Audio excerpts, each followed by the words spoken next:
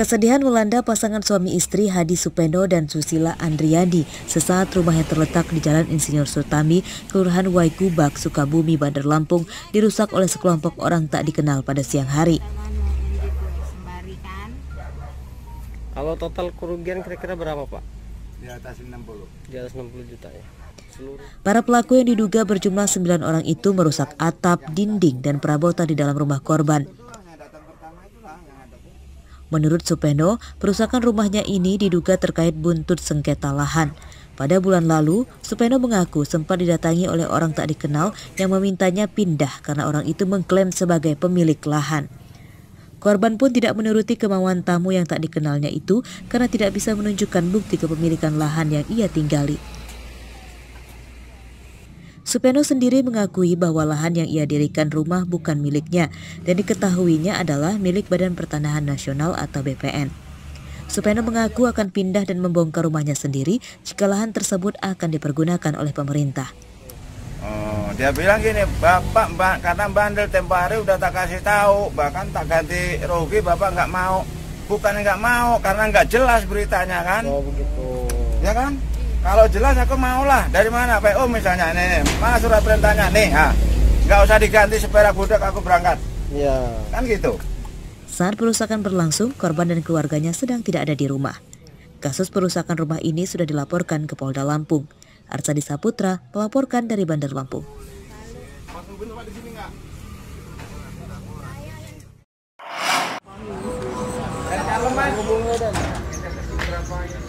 Upaya penyelundupan ribuan ekor burung dari Sumatera Selatan ke Pulau Jawa digagalkan tim gabungan dari polisi dan BKSDA Lampung pada Selasa sore.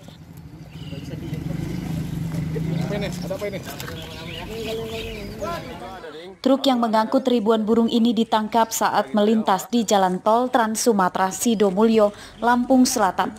Pengiriman burung diklaim ilegal karena tidak disertai dokumen resmi dari instansi terkait. Total berjumlah 3.762 burung berbagai jenis disita. Ribuan burung ini diselundupkan dengan cara dimasukkan ke dalam boks berongga udara dan diangkut dengan truk berplat nomor polisi BE 8732GP. Sopir dan kondektur truk ditangkap dan ditetapkan sebagai tersangka. Truk ternyata ada sedikit perlawanan dan tidak mau menghentikan kendaraannya. Setelah berhasil dihentikan secara paksa, akhirnya truk tersebut berhenti dan dilakukan pemeriksaan terhadap kendaraan tersebut dan diperoleh atau ditemukan yaitu tumpukan keranjang tumpukan ratusan keranjang berupa kardus yang diduga berisi ribuan ekor satwa liar yang dilindungi. Dari burung yang disita ini, 30 ekor diantaranya jenis burung dilindungi. Burung yang disita diantaranya jenis beo, cililin, cucak daun, cucak ijo, dan wulung. 3.726 ekor ini seolah akan dilepasliarkan siang ini juga di Taman Hutan Raya Watamu Rahman. Berarti yang akan dilepasliarkan sekitar 3.769 ekor. Dan 30 ekor termasuk satu ayam ini akan kita lakukan rehabilitasi terkait dengan kasus-kasus ini akan sebagai barang bukti ya. Seluruh burung yang disita rencananya akan segera dilepaskan ke habitatnya. Penyidikan kasus ini masih akan dikembangkan polisi untuk memburu pemilik ribuan burung. Pada kasus ini, pengemudi truk bernama Bambang Haryanto dan kondekturnya bernama Bagus, warga Lampung Tengah dijerat pasal 88 nomor 21 tahun 2019 tentang karantina hewan, ikan, dan tumbuhan dengan ancaman 5 tahun penjara. Robi Lasti melaporkan dari Lampung Tengah.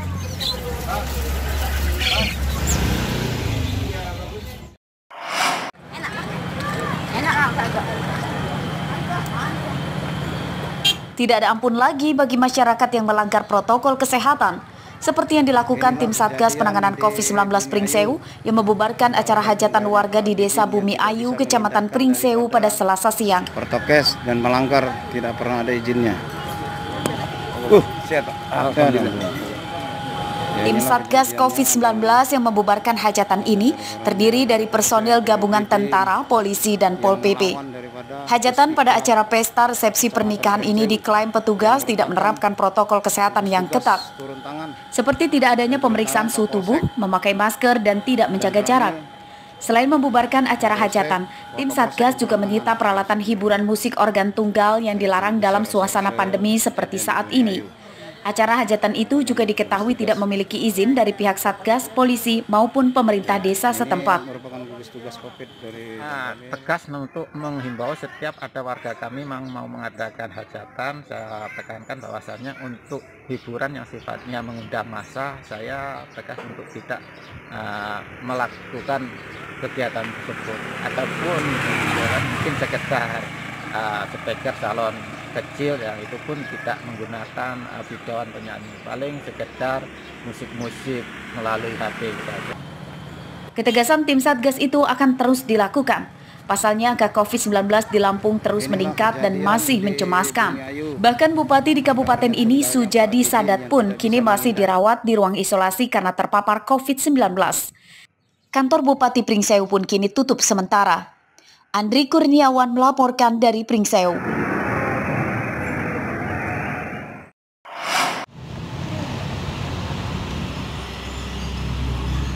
Lonjakan pasien COVID-19 di Tulang Bawang terus meningkat. Kondisi ini terpantau terjadi sejak usai Lebaran lalu. Hingga kini jumlah pasien yang meninggal di Tulang Bawang sudah mencapai 21 orang. Nih, coba nih. Beberapa wilayah yang paling banyak terpapar COVID-19 juga oleh warga ditutup dengan membuat posko-posko di pintu masuk desa atau kecamatan. Selain itu, rumah warga yang terpapar wajib dikosongkan untuk disemprot disinfektan. Upaya lockdown yang diterapkan pemerintah setempat untuk menekan penyebaran COVID-19 yang semakin mencemaskan. Menurut data dinas terkait, sejak Mei lalu sebanyak 42 warga terpapar COVID-19.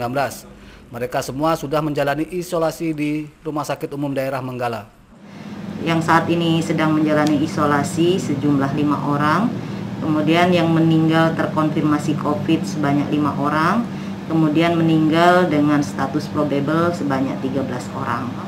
Agar berperan aktif dalam menjalankan PPKM Mikro, sehingga semua orang yang datang dari daerah lain ke Kabupaten Tulang Bawang dapat dimonitor dengan baik tentang status COVID-19.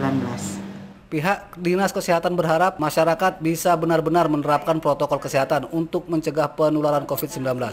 Mustaqim melaporkan dari Tulang Bawang.